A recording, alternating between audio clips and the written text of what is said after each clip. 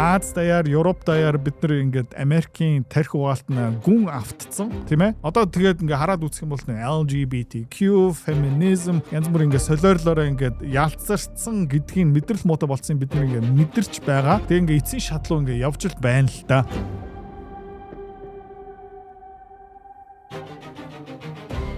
За хаяа миний толгой өөрөө хүрдэггүй эсвэл би холыг сайн харахгүй за тэгээд юу идэг юм бэ гэх юм бол надаас илүү хол хардаг надаас илүү ухаантай хүний санаа оноёг сонсдог. За тэгээ Иран Америкийн дайн дахин эхлэн бүр сунжирна.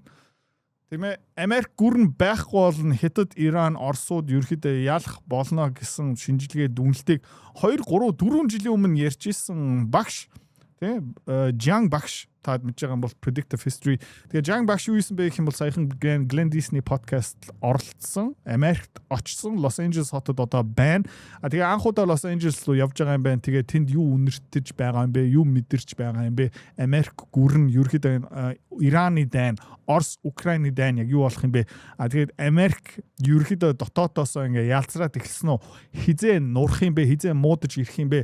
Гэх мэт янз бүрийн юмуд Glenn Disney одоо асуун. За тэгээ өмнө хэдүүлээ бас Glenn Disney podcast-ыг сонсож байсан би орчуулан найруулсан.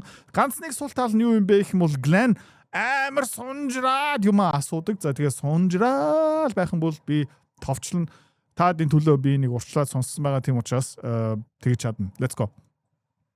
Welcome back. We are joined today by Zhang Shuqin, a very popular host of the program Predictive History. So thank you for coming back on the program. Thanks. No problem. And the list tends to go on. And I'm reminded of Paul Kennedy's book. За тэгээд юу асууж байгаа юм бэ гэх юм бол ер нь бол том гүрэн нурхаас өмнө эсвэл үргэлж яаж нурдаг юм бэ гэх юм бол дэндүү том болчдөг. Анхаарлаа ерөөхдөө гол юм дээр тавьдаггүй дотгошоо өөрийнхөө ард түмэн өөрийнхөө улс өөрийнхөө эдийн засаг биш юу гэдэг юм бэ гэх юм бол энэ тэн дайн эхэлдэг өөр улсын улс төр геополитик дэндүү их оролцоод за тэгээд өөрийнхөө дотоодын асуудлаа хангалттай ер нь бол амархан үрэх чадвартай байсан юм бол одоо Европт оролцоод байна тий Хятад Тайвантай оролцоод байна Япончуудтай оролцоод байна Венесуэла тий Бразил Украин Орос гэх мэт чинь тэгээд дэндүү их юм руу анхаараа дэндүү их олон газар руу мөнгө санхүү чадвараа урсгаад яад юм бэ их юм бол гол юм руугаа анхаардаггүй тэгээд дотроосоо ингээ ялцраад эхэлчих. Тэгээд олигархууд бий болдог, бизнесүүд нь дэндүү нөлөөтэй болдог. Тэгээд улс төр бизнес тийм мөнгөтэй хүмүүс ерөнхийдөө нэг хүнжлийн доор орчоод тэгээд дотоодоосоо ингээ ялцраад эхэлдэг. За манай Монголын 30 гэр бүл гих мэд чинь тэрнтэй жоохон төстэй гэхдээ бид нар арай тэр шатнаа хүрээгүй. За тиймэрхүү юм танд ажиглагдаж байна уу? За тэгээд өмнө 1970-80-ад оны үеэр Америкчууд өөрөө тэгээд бид нар ерөөдөө ялах гээд байна. Хүдэн дайны ялагч бид нар болох гээд байна. Тэгээд ялчих юм бол бид нарыг эсэргүүцэх өрсөлдөгч байхгүй болно. Бид нар ерөөдөө тийм alpha dog болно. Бид нар ерөөдөө дэлхийн тэргүүлэгч дэлхийн цагдаа болох боломжтой. Гэхдээ тэр бол аюултай. Яг гэх юм бол дэлхийн цагдаа тоглоно гэдэг чинь тий анхаарлаа төвлөрөхгүй байна гэсэн үг. За тиймэрхүү юм танд ажиглагдж байна уу? Then explain what the signs of imperial decline are. So the first thing that struck out at me is I'm staying at a 5-star luxury hotel. Like Theo Vaughn was very generous with me. And in the morning, I went for a walk around the West Hollywood area. And West Hollywood is one of the most prosperous areas of not just Los Angeles. So тэгээ Los Angeles хотод бууж байгаа юм байна. 5 удаа зоч буудал супер тансаг. West Hollywood гэдэг чинь одоо тэнд Америкийн West Coast-ийн хамгийн баян хүмүүс тэнд амьдардаг гайхалтай гэж. Гэхдээ нэг юм анзаарсан гэж. But also in the United States. Just gorgeous buildings and the people are beautiful. And as I'm walking in one of the restaurant neighborhoods, I see a pile of dog shit in front of me. And ингээ гудамжаар ингээ явж исэн чинь өөдөөс нэг маш том нохоон баас байсан гинэ pile of dog shit. Walk around it. And it takes me a couple minutes before I realize that it didn't actually come from a dog. And I just think тэгээ хэдэн минутын дараа ингээ юу гадарлаад эхэлсэн юм бэ? Юу анзаараад эхэлсэн бэ гэх юм бол энэ нохооны баас биш юм байна. Өөр амтны баас юм байна. За өөр амтан гудамжны баадаг болов. Myself how in a society you have people who don't care, who just feel, you know, I can just in broad daylight just take a dump in the middle of a street. Тэгээд Жан багш гайхаж байна. Энэ Америк ийм тансаг дэлхийн номер 1 эдийн засаг тий боловсрлаа бүх юмараа ингээд тэргүүлдэг.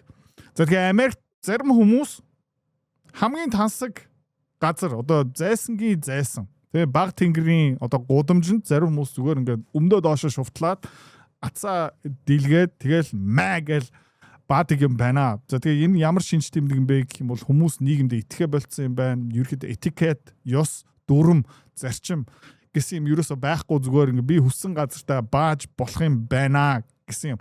За Монгол бас тиймэрхүү юм байгаа. Гэхдээ ерөөхдөө цөөрч байгаа. А нэг бол сэтгэл зүйн өвчтөй эсвэл нөгөө гуйлагч гих мэд чин тиймэрхүү хүмүүс тийм юм хийдэг.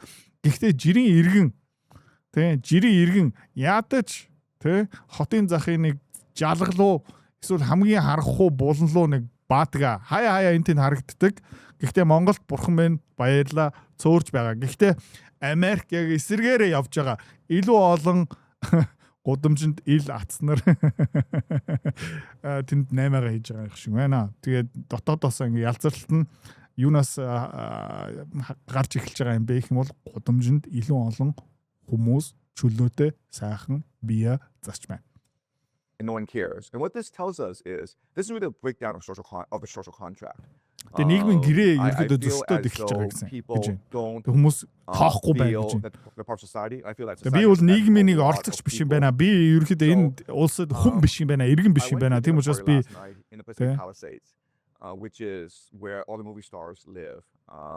And the mansion where the party was at, it was a $20 million mansion.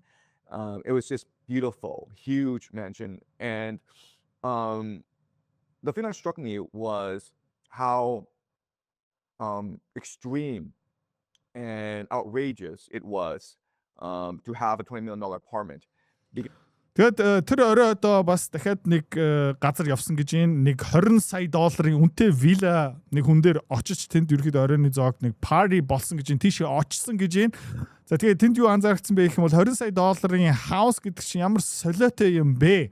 Ингээд $20 сая ингээд төгрөглөө ингээд шилжүүлэх юм бол хэд юм бэ?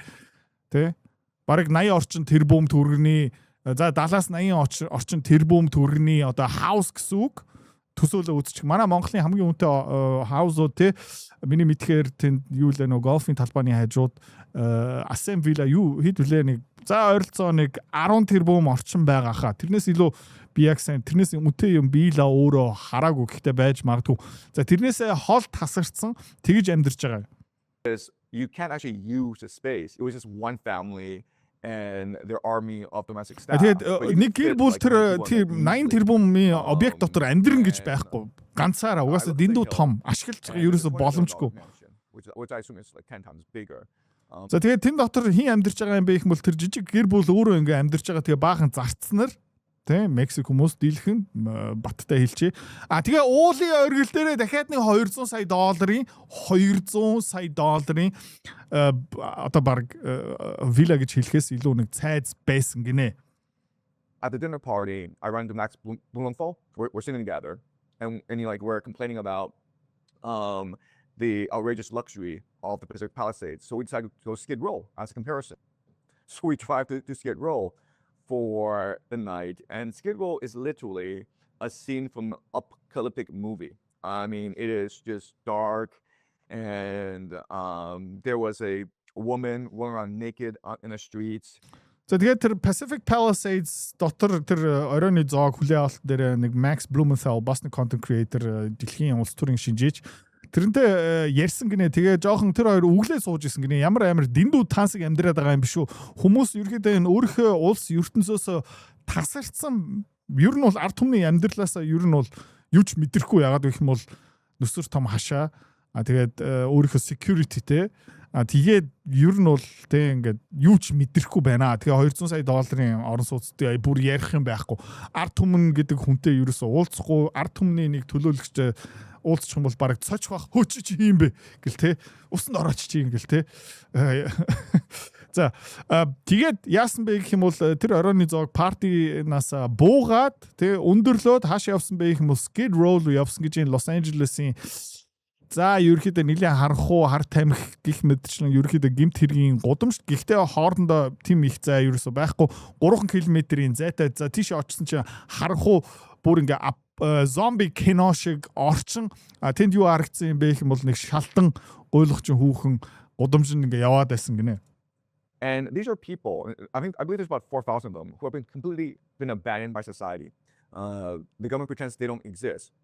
In the evening, I'll take a walk around my hotel, and there are homeless people everywhere.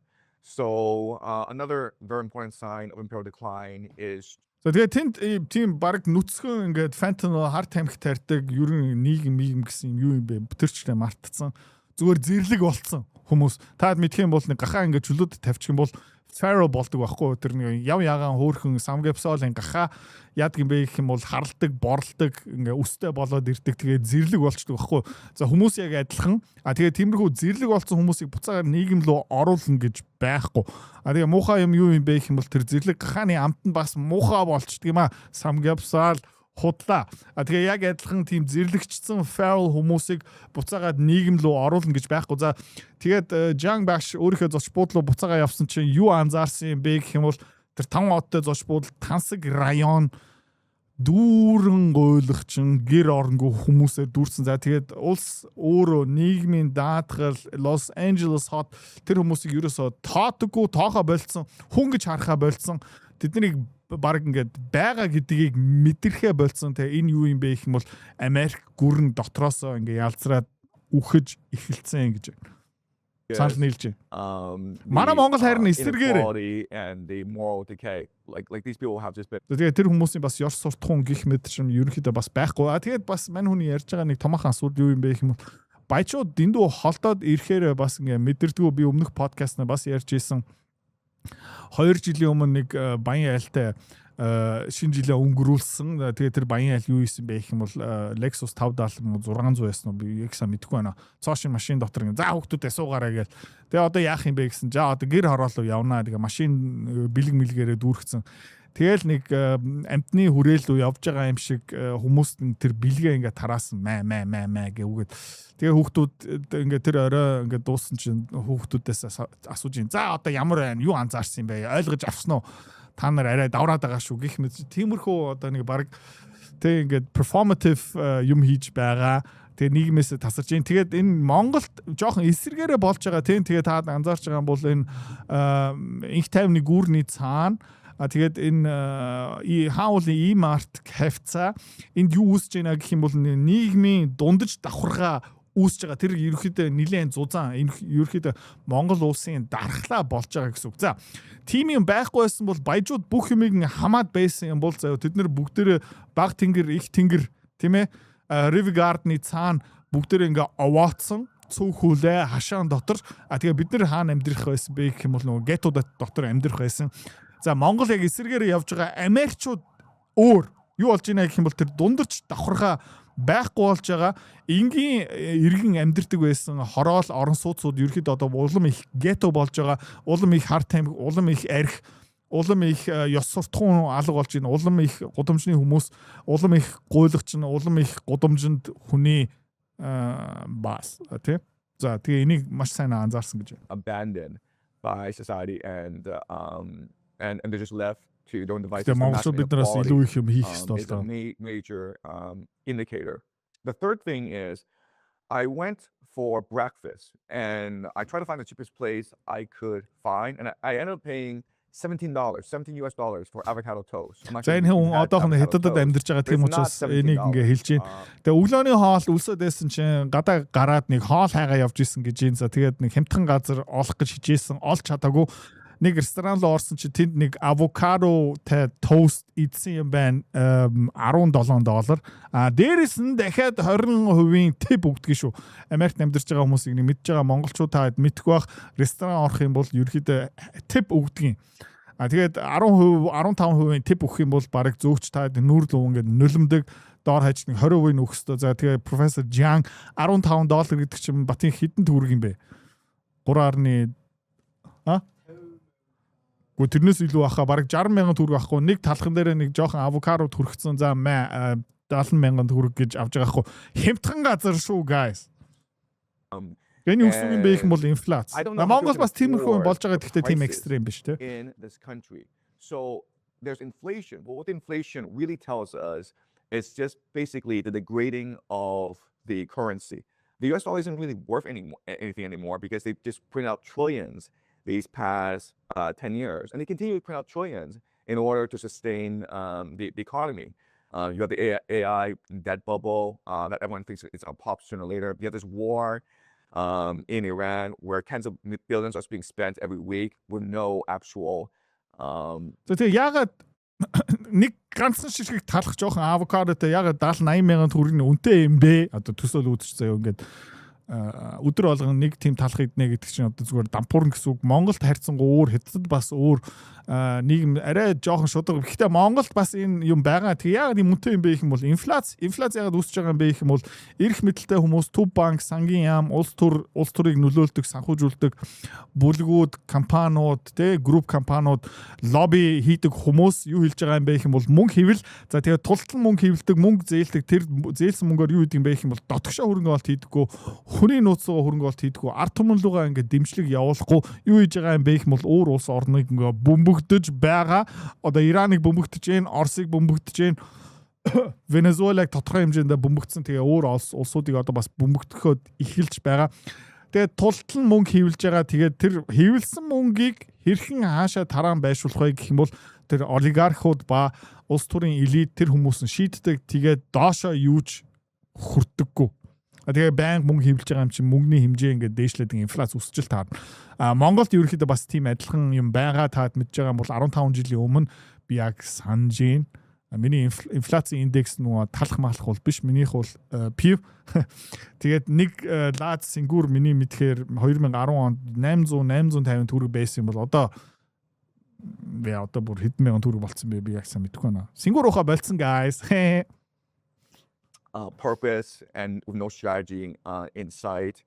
And meanwhile, you have political polarization in Washington, D.C., where rather than focus on core issues, both the Democrats and Republicans are pointing the fingers at each other. So I think there are lots and lots of signs of imperial decline. And I'm not very optimistic about the future of the United States. Тэгээ улс төр дотроо хоёр нам Republican, Democrat нам хоорондоо алцаад эхэлж байгаа. Тэгээд энэ дээр би бас нэмээд давслаа хэлчихье. Өнгөрсөн сонгуулийн үеэр арчлсан нам, Америкийн арчлсан нам юу хийх гэж үзсэн юм бэ гэх юм бол өрсөлдөгч нэр дэвшигчийг шоронд хийх гэж үзсэн. Зарим 2 удаа буудах гэж үзсэн. Тэгээ би одоо нэг юм урчлаа хэлчихье. Дараагийн ерөнхийлөгчийн сонгуул тун ойрхон. Окей, цаг хугацаа зүгээр нүд анаал өнгөрчин. За яа. Тэгээ юу болох юм бэ гэх юм бол Republican нам дараагийн сонгуул дээр ялагдах магадaltaй болоод ирэх юм бол Marco Rubio, JD Vance, Pete Hegseth, Donald Trump-ийн гэр бүл, тэдний холбоотой хүмүүс, тэднийг санхүүжүүлсэн компани, хувьцаа эзэмшигчдийн лобби хүмүүс бүгд юу мэдж байгаа юм бэ гэх юм бол бид нар одоо ялагдах юм бол шоронд орч магадгүй, алуулж магадгүй, хөрөнгөө алдчих магадгүй. За тэгээ бас нэг юмыг мартаж болохгүй. Donald Trump-ыг алхаас гадна, шоронд хийхээс гадна шүүх мүүхээр ингээд чирч яваад бас түүний компани, гэр бүлийн компаниудыг бүгднийг дампууруулах гэж үзсэн. Энэ одоо ингээд зогсохгүй, энэ саяных зүгээр амталгаа байсан. За тэгээд энийг яагаад ийм бат итгэлтэй хэлж байгаа юм бэ гэх юм бол Ромын түүх хараад үзэх юм бол таад ингээд мэдэх юм бол Ромын том консул байсан, дараа нь Caesar болсон, император Julius Caesar. Яагаад Rubicon голыг давж ерөөдөө диктатор болсон юм бэ гэх юм бол мань хүнийг шорн хийх гэж үзсэн, мань хүнийг дампууруулах гэж үзсэн, мань хүнтэй холбоотой бүлэг хүмүүсийг алаад эхэлсэн, шоронд хийгээд эхэлсэн. За тэгээд юу болсон юм бэ гэх юм бол Optimatus байсан, Popularis гэсэн юм байсан. Тэгээд юу болсон бэ гэх юм бол Popularis Julius Caesar-ийн бүлэг юу байсан бэ гэх юм бол иргэдийн дайныг зарлсан, засгийн газрын эрх мэдлийг авсан. Тэгээд Америктэй адилхан републик байсан юм бол заяа. Тэгээд 2 удаа иргэдийн дайн болоод нэгэн дээр ерөөхдөө Julius Caesar-ийн иргэн дайн, дараа нь Augustus-ийн иргэний дайн болоод Augustus ялаад тэгээ юу болсон бэ гэх юм бол Augustus ерөөхдөө Princeps болсон. Тэр юу юм бэ гэх юм бол анхны иргэн номер 1. Тэгээ энэ юу болсон бэ гэх юм бол дараа нь Emperor болсон. Republic жоохон арчлалын форматтай засгийн газар ерөөхдөө байхгүй болоод тэгээ ерөөхдөө хааны засаглал руу шилжсэн юм Америкт ерөөдөө яг адилхан процесс харагдаж байна. It's very strange the whole economic philosophy they now have because it used to be a time when an economy was assessed by the ability to serve society. That is, in the 19th century, we have all these American economists, including liberal economists, Америкийн point out that эдийн засгийн систем жоохон сонирн болоод эхэлж байгаа юм биш үү? Өмнө нь бол ерөнхийдөө ард иргэдийнхаа төлөө эдийн засаг нь ажилтдаг байсан. Өмнө яадаг байсан бэ гэх юм бол дэд бүцэл өрнгө болт хийдэг байсан. Ингээд эдийн засгийг ингээд паразит хүмүүсийг ингээд зогсоодог байсан. These days you get the impression that I remember there was an article in the 90s was Тэгээд ер нь янз бүрийн дайн хийх юм бол эх орн хамгаалахын төлөө дайн хийдэг. Одоо ерөнхийдөө зэвсгийн компаниудыг санхүүжүүлдэг тийм. За тэгээд нэмээд дотоодын улс төр Америк дотор юу болсон бэ гэх юм бол Ингланд ийсэн жоохон ингээд сунжраад асууж байгаа. Гэхдээ энэ дундуур би ингээд давслах ёстой. Юу юм бэ гэх юм бол Rust Belt гэсэн хэсэг байгаа. Тэр юу юм бэ гэх юм бол одоо ерөнхийдөө Америкийн эдийн засаг юу болсон бэ гэх юм бол хоёр талдаа далаатай Atlantic Pacific далаа, нэг нь East Coast, нөгөөх нь West Coast те, нэг нь New York, нөгөөх нь Los Angeles одоо ерөнхийдөө хэлж болно. Нэг талдаа нөгөө санхүү банк хөрөнгөний зах зээл, нөгөө талдаа Silicon Valley технологийн компаниуд голтой сүртэй юм байхгүй. Гэхдээ дээр үед Америкийн эдийн засгийн төв хаана байсан юм бэ гэх юм бол Philadelphia, Pennsylvania гих мэд чин газруудад байсан. Тэнд юу байсан бэ гэх юм бол US Steel байсан. Standard Oil гэдэг компани байсан. Тэнд ерөөхдөө үйлдвэрлэл явдаг, хөнгөн цагааны үйлдвэр, зэсийн үйлдвэр, бүх үйлдвэрүүд явдаг байсан. За тэгээд Detroit Hot, тийм Michigan, Ohio бүгдээрээ ерөөхдөө юу байсан бэ гэх юм бол бусад орнуудаас илүү баян байсан. Тэгээ нэг хэсэгтээ бас Detroit Hot Америкийн номер 1 баян хот байсан. Яг гэх юм бол тэнд нөгөө автомашины үйлдвэрлэлүүд ингээд төвлөрсөн байсан учраас одоо тэр бүх үйлдвэрүүд нь ерөөхдөө байхгүй болсон. Мексикт үйлдвэрлэл нь явж байгаа, Канадад үйлдвэрлэл нь явж байгаа, тийм Бразилд үйлдвэрлэл нь явж байгаа, Германы машин импортлж байгаа, Хятадаас машин импортлдог байсан. Тэгээд Японоос бас тодорхой хэмжээ Солонгосоос. Тэгээд бүх тийм үйлдвэрт ажиллаж исэн ард түмэн жирийн иргэн дундаж давхаргааны хүмүүс ерөөд ажлын байр алдсан. Тэгээд тухайн үед энийг зүгээр ингээд бодоод үзээрэй заяа. Улс төрчнөр, шинжээчнэр юу хэлж ийсэн бэ гэх юм бол за та нар одоо ажлын байргүй болцсон юм бол тий мужааса гараа яваа. Тий том ачааны машин түрээслээд тий на дампуурж байгаа хотоос зүгээр зайлаач дээ гэж хэлсэн. Бодоод үз. And either you adapt or die. So, as you said, all these people who fell behind and there's no room for them anymore. Эдийн засгийн бас юу хэлж ийсэн бэ гэх юм бол дасан зогц эсвэл үх. But this can create a revolutionary mood if you have a significant part of the population that no longer believes it has a vested interest in preserving the status quo. You're willing to throw a wrench into the system. I guess for me. So тэгээд юу болдго юм бэ гэх юм бол нөө эдийн засгийн тоглоомоос жигтцэн оролцох чадваргүй, боловсрал нь хангалтгүй, чадвар нь үнэлэгдэхгүй үйлдвэрт ажиллаж исэн бол тэр үйлдвэрүүд байхгүй. Тэгээд халамжаараа ингээд амт нохоо шиг амьдарч байгаа юм бол тэр хүмүүс угаасаа улстай итгэхэ болцсон, өөрийнхөө үндсэн хуультай итгэхэ болцсон. За тэгээд Америкт одоо юу болж байгаа юм бэ гэх юм бол социализм, марксизм заяа босож ирж байгаа. Одоо ерөөд хэдэн их хурлын гишүүдүүд юу хэлж байгаа юм бэ гэх юм бол чөлөөтэй би социалист, марксист хүн одоо бүр гайхалтай Александрио Ocasio-Cortez гэсэн тэнэг авгаа байгаа заяа. 30 хэдэн настай хэрнээ авгаа болцсон. Тэр юу хэлж байгаа юм бэ гэх юм бол марксизмын төлөө явж байгаа. Ерөөд компани гэсэн юм байх ёсгүй, хувийн өмч гэсэн юм байхгүй. За Монголд хэдүүлээ энэ тэнэг тоглоомыг тоглож үзсэн. Оросд тэ Совет холбоо энэ тэнэг тоглоомыг тоглох гэж үзсэн. Хаашаач яваагүй манай эдийн засаг ингээ навс унтсан. Эднэр энийг мэдэхгүй. За. People voting for Trump was this wrench and but one thing that I wanted to ask as well was the proclivity for using military force, because I often talk to people of retired colonels and all.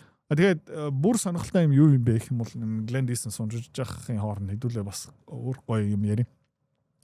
Бүр сонирхолтой юм юу юм бэ гэх юм бол тэр Rust Belt, Pennsylvania мууч сонгуулийн үеэр хин авсан юм бэ гэх юм бол Donald Trump авсан. Тэр 7 хэдэн swing states тий Ohio, Michigan, Pennsylvania гэх мэт чинь бүгднийг ерөөхдөө Donald Trump хамаад авсан. Тэнд ерөөхдөө үйлдвэрүүд байсан. Тэнд маш олон хүмүүс ерөөхдөө тий амьдралаа алдсан. Америк улсаа тэр Америкийн мөрөөдөл, American Dream ерөөхдөө мэдрэхэ болсон. Тэгээд системаа улсаа засахын тулд тэд нар юу хийсэн юм бэ гэвэл Donald Trump-ыг сонгосон. Шиндээ эхлэхгүй America first, тэ Israel first биш, Middle East first биш, тэ тэгээд энэ янз бүрийн супер том компаниудын төлөө биш, Make America Great Again гэсэн одоо өрөө үгээр нэр дэвшээд тэгээд ард түмэн минь та хэдийн зовлонгийг ойлгож байна. Энэ өнгөрсөн 20, 30, 40 жилийн хугацаанд та хэдийг мүлчж амьдарч ийсэн улс төрчнийг би ингээ хөөн эдийн засгийн системээ сайжруулан засна. Ганцхан би хийж чадна яагаад вэ гэвэл би өөрөө тэр бөмбтөн одоо мөнгө хэрэггүй. Би бусад улс төрчөөс шал өөр. Тэгээ юу болсон? Тэгсэн ингээ маш үү гэл тэгээд хамгийн том дайнуудаа эхлээл зэвсгийн агуулга хоослоод түүхэндээ хэмжээний мөнгө хевлээд тэгээд America first биш ерөөхдөө Israel first болцсон. Намайг бас амжилттай бовцсон шүү Donald Trump. From the US military, and they always make the point that, this is, we're ahead of an economic crisis. We can't afford this empire anymore. We should retrench. We should avoid this forever wars. Again, why people voted for Trump. But instead, we tend to see that declining great powers, they seem more likely to use military force at a time when they essentially can't afford it. How do you explain this dynamic? Тэгээд данс нь улам улаарцсан. Дампуурлын ирмэн дээр ингээ очсон Америк улсын үрийн хэмжээ дөнгөж сайхан $40 их $80 даваа явцсан. Ерөнхийдөө иргэн төлн гэсэн юм байхгүй, зүгээр хизээ дампуурах юм бэ хэдүүлээ хүлээхээс өөр юм байхгүй. Тэгээд Donald Trump бас юу хэлсэн бэ гэх юм бол энэ үрийг ерөөхдөө томруулахгүй дарах гэж үзсэн гих мэдчлэн шиндээ эхлүүлэхгүй. Тэгээд Donald Trump бас энэ бүр яг адилхан яваалаа тийм ээ. Яагаад? Тэгэхээр ингээд том гүрэн нурхаас өмнө яг адилхан юм хийдэг юм байна. Military force is just another sign of imperial decline where you have an elite who live in their bubbles, and they're not the ones who are being sent to fight overseas. They're not the ones who suffer the consequences for military losses. If the United States loses a war in Iran, the taxpayers have to foot the bill, not the billionaire class. Тэгээ энэ ягаад дандаа дайн эхлүүлээд байгаа юм бэ? Ягаад дайныг саруул ирүүл ухаантай мэдрэхгүй байгаа юм бэ? Ягаад ерөөхдөө Иранд Америкчууд Donald Trump алгадуулж байгаа гэдгийг анхаарахгүй, ухаарахгүй, анзаарахгүй байгаа юм бэ гэх юм бол тэд нар зүгээр нэг бабл дотор амьдарч байгаа тасарсан. Тэ? Одоо ингээд манай Монголын баг тэнгэр биш, баг тэнгэрийн баг тэнгэрт амьдэрдэг байхгүй юу? Төсөөлөө үзчих заяа. Та нар $20 тэрбум доллартай. Авах юм байхгүй. Заяа. Elon Musk, тэ Bill Gates $100 тэрбум доллартай. Jeff Bezos $200 тэрбум долларын хөрөнгөтэй. Ингээд Монгол ирээ тэрбум доллар кэштэй Монголд ирэх юм бол баг нэг сарын дотор бүх юмыг хамаад авчин заяа. Тэгээ авах юм байхгүй. Тэгээ хийх юм байхгүй. Тэгээ тэд нар юу хийдэг юм бэ гэх юм бол тэнийг юм хийгээд эхэлдэг юм. Bill Gates-ийг хараад үзье заяа. Дэлхийн номер 1 баян хулгайч болсон. Тэгээ зүгээр ингээд тэтгэврт гарч чадахгүй юу хийсэн бэ гэх юм бол вакцинаар оролдож эхэлж байгаа заяа. Махыг үйлдвэрлэх гэж ингээ оролдоод эхэлж байгаа. Тэгээд та нэг санаж байгаа юм бол нөө ковидын үеэр те Bill Gates янз бүрийн те лаборатори санхүүжүүлээд одоо москито те юу лээ цус ордог шумуул судалгаа санхүүжүүлдэг. Заяа. Тэгээ ингээ хавч ингээ ой мод нь явж байхдаа нэг хавч ингээ хазуулаад тархины арьс марс ингээд өрөвсөл менингит үүсдэг бас тийм амтан байгаа шүү дээ. Тим судалгаа хийгээ явдаг. За тэгээд Bill Gates одоо юу ярьж байгаа юм бэ гэх юм бол вакцинжуулах ёстой. Дэлхийн хүн ам дэндүү өндөр тэгээ Африк ингээд дэмжих ёстой. Африкаас хүмүүсийг авчрах ёстой. Бла бла бла дэлхийн даяар дэндүү олон цагаан арьстай хүмүүс байна. Тэгэл ерөөхдөө ингээд бурхан болоод эхэлдэг байхгүй мэдрэл муутай ингээд тасарсан дураагүй тийм болчдөг байхгүй. Тэгээд юу боддог юм бэ гэх юм бол би ингээд $20 тэрбум доллартай. Тэг би өөр хүн, би өөр зинданых. Тэгээ би ийм амжилттай байсан юм чинь бусад хүмүүсийн үүдэл бодол надад ерөөхдөө шал хамаагүй. Би илүү сайн мэднэ. Тэг эрүүл мэндийн бодлогыг би илүү сайн мэднэ. Эдийн засгийн бодлогыг би илүү сайн мэднэ. Ерөөхдөө манай Америк улс бид нар хамгийн дэлхийн номер 1 байгаа учраас энэ Иранчууд, Арабчууд, Европчууд бидний гутлын улыг долоож амьдрах ёстой. Тэд нар юу ч мэдэхгүй бид нар мэднэ гэсэн одоо megalomania хүмүүс болчдөг байхгүй. Absurd situation where the elite live in their mansions, their fortresses in the Pacific Palisades, and they host their fabulous dinner parties. and they only know each other. They live in a bubble, and they're intent on maintaining their imperial hubris. They want to maintain their standard of living. They want to make more money for themselves, and they're willing to sacrifice all society. They're willing to burn out society in order to maintain their imperial privilege. They want to feel good about themselves. They want to live in a world where America is the only superpower. They have this nostalgia for the United States of the 90s. Тэгэд ер нь тэд нар юу ямар хүсэлтэй юм бэ гэх юм бол Америкаараа үлдээх хүсэлтэй. 1991 оны үеэр Совет холбоо байхгүй болсон Америк номер 1. Тэгээд тухайн юу болсон бэ гэх юм бол Европын тал ерөөхдөө нээлттэй болсон. Аз тэр чигтээ нээлттэй болсон. Орос бас нээлттэй болсон. Тэгэхээр тухайн юу болсон бэ гэх юм бол тэр шин зах зээл нэгдээд социалист орнууд бүгдээрээ дампуураад тэнд үйлдвэр барьсан. Хямдхан хүн хүч. Үйлдвэрүүдээ нүүлгээд тэнд ядуу хүмүүсээрээ цамц, мамц, пүүз, тоног төхөөрөмж, компьютер бүх юм угсруулад явж байгаа. Ерөөхдөө одоо энэтхэгт бас яг адилхан юм явж байгаа. Тэгээд дараа нь Бангладеш тэгээд ерөөхдөө Африк руу нүүх магадaltaй Африкчууд ерөөхдөө А, Б хоёр кабель хоорондоо холбож чадаад сурчих юм бол жоок шүү. Тэгээд ерөөхдөө ингээ өөрийнхөө ард түмнээ ер нь бол тоохгүй өөр ард түмнийг ингээ мүлжөөд амьдэрдэг. Тэгээ одоо юу болсон бэ гэх юм бол цаг хугацаа өнгөрсөн Оросууд одоо ерөөхдөө босч ирж байгаа, босоод ирсэн, Хятадууд босоод ирсэн, тэргүүлгээ явж байгаа Арабын орнууд зүгээр ингээд дэлхийн колонк байсан юм бол одоо зэвсгийн технологиор бас ингээд тэргүүлж байгаа. Тэгээ тэд нар ингээд мэдрэл муутай өөрийнхөө бабл дотор амьдарч байгаа болохоор дэлхийг юусэн мэдрэхгүй байгаа бид нар номер 1 хിവэрэ. Тэгээд Америкийг номер 1 хിവэр нь үлдээхийн тулд тэр орнуудтай ерөөхдөө алцаад эхэлдэг, ятгаад эхэлдэг. Тэдний улс төр гих мэд чинь хэвлэл мэдээллийн сошиал медиагийг ингээд бузардуулаад эхэлдэг. За нэмээд Америкийг номер 1 үлдээхийн тулд тэд нар юу хийхэд бэлэн юм бэ гэх юм бол өөрийнхөө их орноо нураахад бэлэн, өөрийнхөө ард түмнээ нураахад бэлэн. Яг гэх юм бол тэд нар баг тэнгэр цайз дотроо хамгаалттай амьдарч байгаа учраас жирийн иргэн гудамж нь юу хийж байгаа юм бэ гэх юм бол тэднэрт ёстой хамаагүй. During a unipolar moment when really the entire world was looking to the United States for salvation. The Soviet Union had collapsed and the United States was seen as a fundamental force for good in the world. And these people, the elite, they are stuck in that world. And meanwhile, the American society has declined and become much more corrupt because of the extravagant greed of the billionaire class.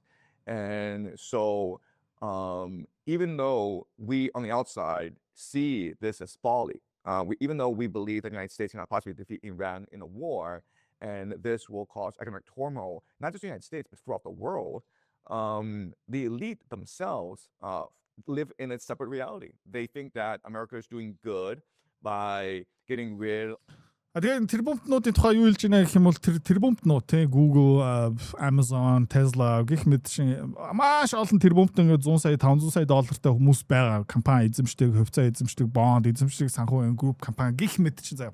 Тэд нар ерөөхдөө дэлхийн ертөнцөөс тасарсан. За тэгэхээр миний янз бүрийн шинжилгээ хөрөнгөний зах зээлийн юм харж байгаа юм бол энэ улирал Америк улсын түүхэнд хамгийн өндөр ногтлол шиг буюу ашигтай ажиллагаатай ажилласан улирал. Америкийн топ 500 компани, Америкийн топ 2000 компани, Америкийн топ 30 компани, одоо Dow Jones, S&P 500, Russell 2000 3 индекс дотор байгаа компаниуд энэ улиралд энэ жилд бүр ингээ буурзаалж байгаа за. Окей. За тэгээд тэрбумнууд илүү олон тэрбумыг олж байгаа. Тэгээ амар funny заа ингээд 20 тэрбумтай гар өглөө унтаад орой унтаад өглөөс ирсэн чи миний хувьцаа дахиад 2 тэрбум өссөн. Одоо яах вэ? За одоо вакцинаас өөдөж гин. Тэг ингээд шумуул судлаа да гэл ингээд тэнэгтэй явдаг. Тэгээд дансан зузаан. Цайз нь илүү олон давхартай. Өмнө нь бол нэг 10 сая долларын хаус дотор амьдарч ирсэн бол одоо 50 сая долларын хаус төсөөлө үзчих 20 тэрбум долларын хөрөнгөтэй. Их юм уу 20 сая долларын хаус бүр ингээд чүдэнсний хайрцаг үстэй. Тэ? Mark Zuckerberg заяа 300 сая долларын усан онгоцтой. Тэгээд Mark Zuckerberg-ийн усан онгоц дахиад нэг усан онгоцтой. Заяа дотроо. Яг гэх юм бол том усан онгоц нь дэндүү том болохоор хаяа дэндүү том болохоор жижиг усан онгоц ашиглахаас өөр аргагүй. За тэгээд нислэг тэрэгтэй гих мэт шин. Тэгээд тэн дотор бараг нэг 100 хүн ажилдаг. За гэхдээ ингээд дэлхийн дулаарлын эсрэг ингээд донгостой явдаг заяа. Зүгээр ингээд хэлээд нэмээд хэлж байгаа шүү. За тэгээ тэр хүмүүсийн дансны хуулга, хувьцааны данс гэх мэт чинь өдрөөс өдрийн хооронд ингээд зузаараад байгаа учраас тэд нар юу бодож байгаа юм бэ гэх юм. Бид нар алж штэ. Тэ? Миний дансыг хараа л та. Тэ өчтөр 20 тэрбумтай унтаа дэсэн чи 22 тэрбумтай сэрчлээ. Тэ? А тэгээ тэд нар юу бодож байгаа юм бэ? Америк хിവэрэ. Америк номер 1 хിവэрэ. За тэгээ хүчээр ерөөхдөө энийг ерөн зохицуулах гэж үзэж байгаа. За тэгээ 1991 онд Совет холбоо байхгүй болсныхын дараа ер нь окей, капиталист систем сайн байна, Америк сайн байна. Тэгээ таад мэдж байгаа Hollywood тэ American fast food, hamburger, McDonald's тэгэл KFC Монголд орж ирж гэн, Subway Монголд орж ирж гэн, янз бүр ингээ Америкийн сүлжээ гараад ирэх юм. Made in America, Америк машин гэх мэт бид нар Аз даяар, Европ даяар бид нар ингээд Америкийн тархи угаалтна гүн автцсан. Тийм ээ? Одоо тэгээд ингээ хараад үзэх юм бол LGBTQ, feminism янз бүр ингээ солиорлороо ингээд ялцарсан гэдгийг мэдрэл муутай болсон бид нар ингээ мэдэрч байгаа. Тэгээд ингээ эцсийн шатлуу ингээ явж л байна л да. А тэгээ нэмээ хэлэхэд Европ ерөнхийдөө бас яг адилхан байсан. Европын баруун хэсэг заяа, баруун Герман, Англи, Франц, Итали гэх мэт чинь бас хүйтэн дайны ялагч болсон. Яг гэх юм бол Америкчуудтай залгаа байсан учраас.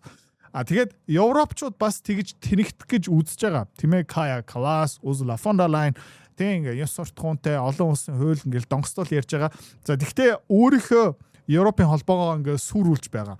Өөрийнхөө өрсөлдөгч Marine Le Pen, AfD нам ерөөхдөө хорих гэж үзэж байгаа.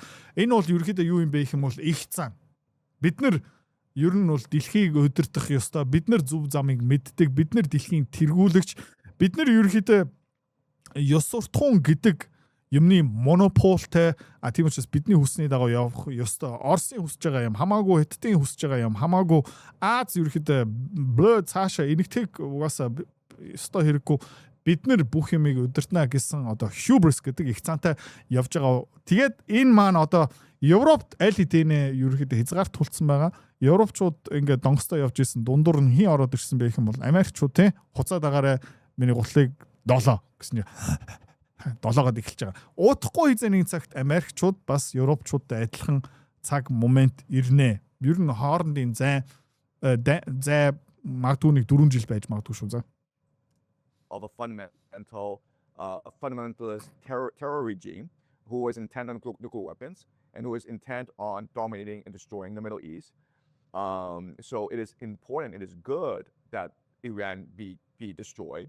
And they also believe that the war is going well for the United States, that the United States, that it's crippling the Iranian economy. The leadership is in disarray.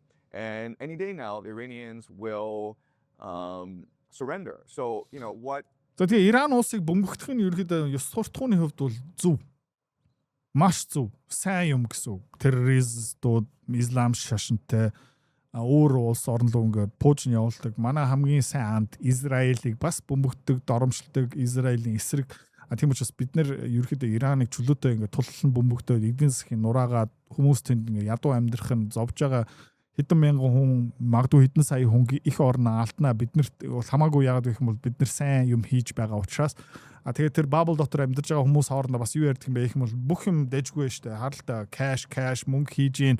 Тэгээд бид нэр бурзаалж байна. Тэгэл манай зэвсгэл хүч манай Pete Hegseth, манай Trump Ираныг нүдж байгаа штэ. Удахгүй маргааш юм нөгөө төр бид нар яалчл таарна гэж бодож байгаа. Donald Trump has said is we're winning the war. It's not our fault if the Iranians don't recognize they're losing. Тэгээд Donald Trump өөрөө бас энэ баблын оршин суугч нэг нь бид нэг ялж штэ. Ганцхан Иранчууд бидний ялж байгааг нь анзаараагүй гинэ. Right? So these are people who are та нар тэнийг юм уу? Бид нар ялж байгаа штэ. Бууж өгөөч штэ. Гэл тэ. Actually the baby boomer billionaire class. And they just live in their own separate reality, completely divorced from our reality. Тэгээ Америкийн тэрбумтан улсаа өдөртдөг улс төрчнөрөө ингээ санхүүжүүлдэг, лоббиддэг хүмүүсийн толгойн дотор иймэрхүү кино явж байх шиг байна. Миний хувьд бол энэ маш ойлгомжтой. Тэгээд эдгээр ингээ бурзаалж байгаа учраас тий төсвийн алдаглаа мөнгө хэвлэлтээр шийдэж чадчих байгаа учраас зэвсний агуулгын дуусаагүй учраас байлдааны талбай дээр яг цэвэр тий бандан пат шиг ялагдаагүй учраас ерөөдөө энэ ойрын хугацаанд дуусахгүй байхаа. За тэгээд Жан багшаас энийг би ерөөдөө өчтөр илүү гүнзгий ойлгоод авсан. Дундуур нь би мэдээж жоохон давсалсан, жоохон маазарсан, жоохон тоглоом хийсэн. Тэгээд та энд дассан байлгүй дээ. Аудиогийнхаа асуудлаа ингээд бид нар бас шийдэж чадсан. За тэгээд маргаашийн контент дээр эргээд уулзъя. Бай.